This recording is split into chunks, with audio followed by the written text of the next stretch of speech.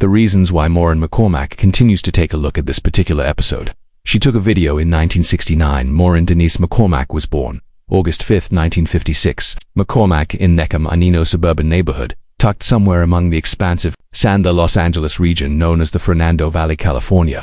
Her arrival signaled the start of a life that will ultimately reach millions of people through stage music and television. She was born into a traditional and close-knit American household. William, her father McCormick, was a man who taught in schools, committed to structure and education. Someone who placed a high importance on education and taught his kids those principles. Irene McCormick, her mother, was a dedicated housewife who oversaw the home with kindness, warmth, and strength, offering a supportive setting that encouraged creativity to bloom. Out of the four, Maureen was the youngest, growing up with siblings and the only girl beneath the playful and attentive gaze of Michael, her three elder brothers, Kevin and Dennis. These early relative dynamics were crucial in forming her comedy, self-reliance, and fortitude. Maureen went to Taft High School in order to California's Woodland Hills, where she balanced scholarly research with an expanding passion for the arts. Even though a young pupil, it was evident that she had enthusiasm for amusement. From a young age she demonstrated a strong sense of creativity, has an innate flair for acting. She cherished dancing and was mesmerized by music, frequently putting in hours of practice facing the mirror or planning a lot of plays. One of her favorite activities when I was younger was making intricate puppet performances for theatrical kids, using hand-made puppets, meticulously crafted backgrounds. With original screenplays, young Maureen would enthrall her viewers with her narrative abilities, providing an overview into the imaginative power she would eventually. Her initial significant breakthrough arrived when she was just 6 years of age. In what would turn out to be a transformative, Maureen took home the Baby Miss San title, the beauty pageant of the Fernando Valley. This an early taste of celebrity wasn't merely a brief title, but a first step in touring the entertainment sector.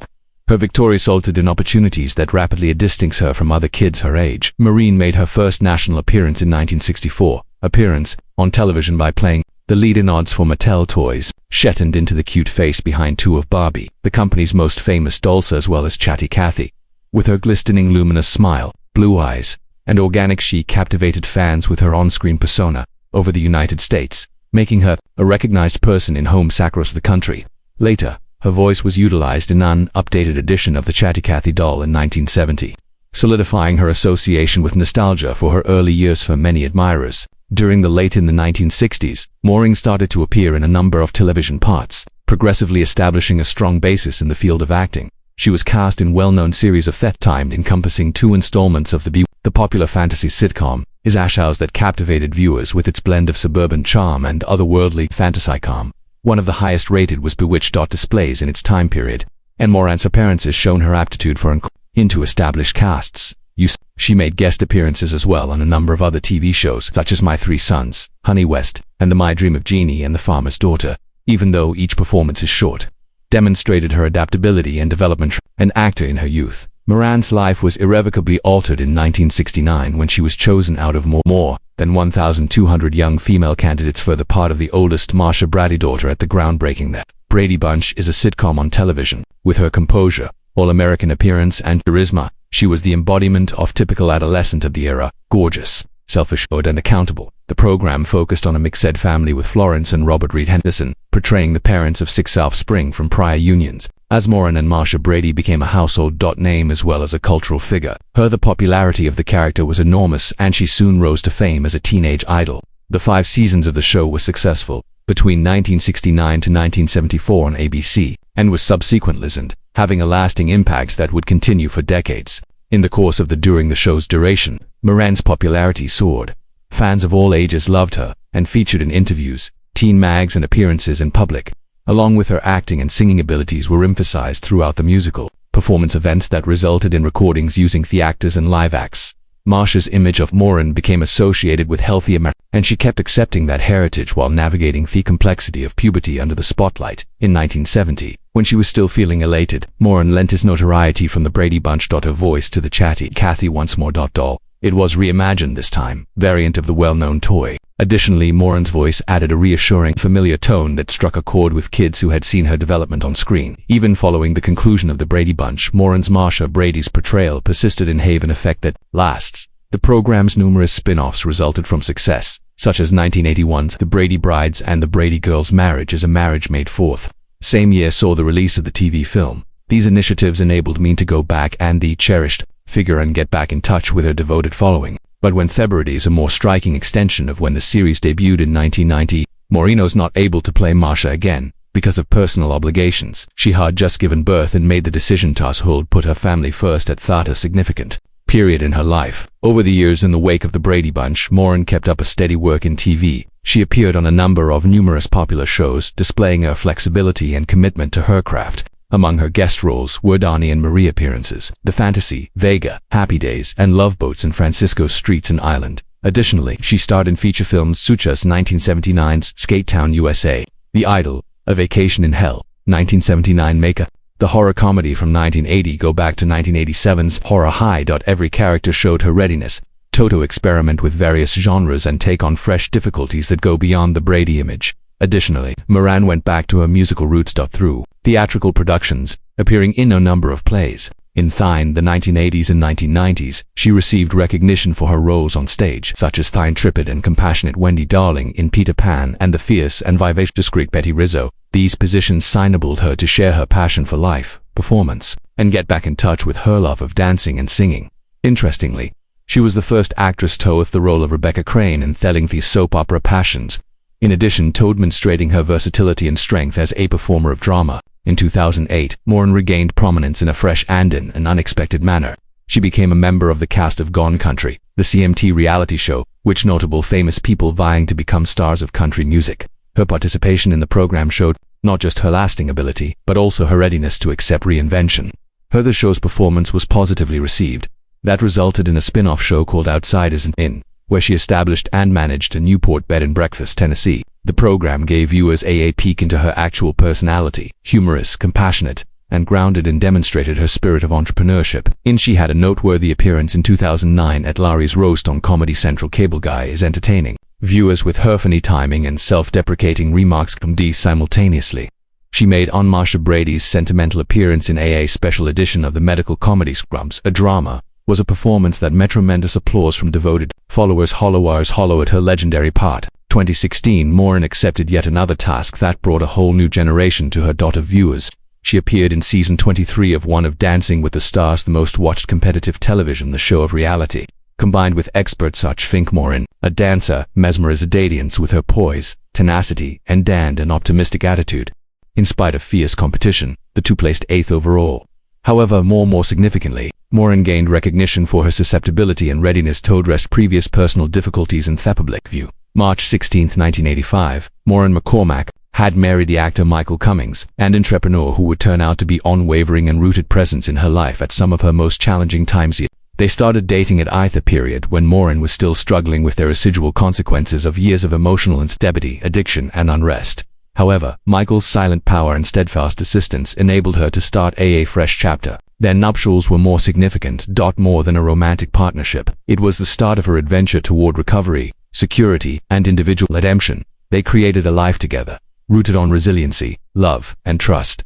The couple welcomed their only child in 1989. Kid, Natalie Michelle. Natalie's birth brought happiness to Maureen's life and became among the most significant turning points for her. Having a child gave her a revitalized sense of purpose and accountability, which led her to affirm her commitment to abstinence and mental health. The encounter with taking care of her daughter strengthened Maureen's comprehensions of unconditional love and her motivation to keep going.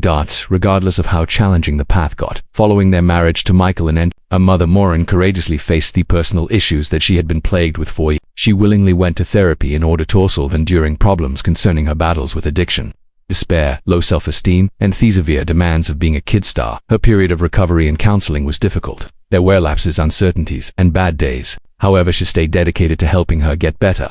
During this procedure, she discovered the importance of accepting and forgiving oneself, as well as emotional integrity. A component of her Maureen was prescribed as a therapy, antidepressant drugs, including Prozac, to help keep her mood stable and deal with her mental health issues. Although some individuals consider medicine to be a lie, Maureen accepted it as a useful instrument in her toolbox for recovery. It helped her deal with the intense emotional fluctuations she had endured for years and provided her with the insight to think back on her life and proceed with fresh vitality together. With treatment, the drugs, and she was assisted by a solid support network to recover her mental equilibrium and feelings decades after its initial broadcast. There's one Brady Bunch episode that Maureen McCormick has consistently declined to observe, and her motivations are so emotional since they are very intimate. This particular episode is called Juliet is the Sun, first broadcast in 1969, in the inaugural season of their renowned sitcom about families. This episode is Marsha Brady, the intelligent and well-liked oldest. The McCormick character's daughter wins the Juliet's key part in a school Romeo and Juliet show. The story linearly focuses on Marsha's overpowering gentleman expanding ego following cast in the role, and how she acts starts to have an impact on others around her, particularly her siblings. The narrative was designed to provide a lesson on humility and the significance of maintaining one's sense of reality even when accolades are abundant. On the exterior, it was merely an humorous episode designed to amuse and impart knowledge like a lot of people in the series. For Maureen McCormick, however, filming this specific incident would leave a mark that didn't go away. Behind the scenes, Maureen, 13, was having difficulties with the demands of celebrity in teenage years. Even though she seemed to be the image Marsha Brady is flawless, self-assured, lovely and consistently calm. Though the young actress was starting to experience the bit of fulfilling an idealism during Juliet's production Repress the Sun, Maureen was very self-conscious of the way she looks, especially those close-ups that highlighted her expressions on her face and characteristics. Later, she acknowledged in interviews in which she expressed vulnerability and revealed throughout the program, particularly when she is wearing a dramatic Juliet's flowing costume and providence lines that are theatrically overdone. Although viewers found it endearing and ironically, Maureen remembered having absurd and extravagant. She was actually so uneasy that after seeing dailies she would cry. Uncut video from the shoot. The performance's discomfort turned into firmly ingrained in her mind, making the incident is a source of embarrassment instead of compared to pride, increasing her emotional dowry. McCormick was fighting escalating fears that would ultimately become severe mental troubles with her health in her late teens and early adulthood. This episode represented not merely an awkward moment for her, but a period of time when she felt more estranged from her actual self. Within her, this is the story of my memoir, making it through discovering my own voice with Marsha Brady.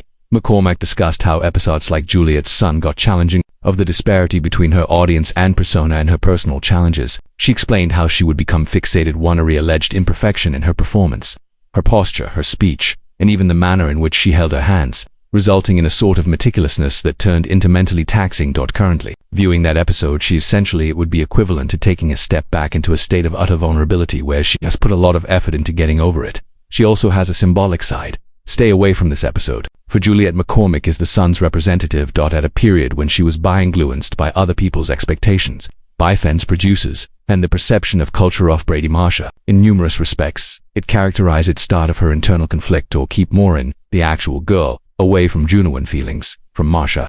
The refined millions of people adore this television figure. She has frequently expressed her gratitude for the legacy of the performance and the happiness it brought her viewers. But this particular episode distinguished itself, a reflection that is not joyful but of individual uncertainty and perplexity. Her refusing to view it is not a sign, a rejection or resentment, but instead an act to protect oneself emotionally, maintaining her psychological health and celebrating the progress she's made since those early years. Even now, given that she has expressed gratitude for her time on the Brady Bunch and got back in touch with several past co-stars for retrospectives and reunions, Maureen McCormick has openly acknowledged that she having no intention of going back. Juliet is it is still a private area of her life. She decides not to reopen after that. Rather, she emphasizes her strength has acquired since then via treatment, motherhood, faith, and a challenging one path to accepting oneself. What appears to be a typical adolescent for most people, a television show is a potent representation of a complex adolescent girl's life, one that she has departed in the past with grace.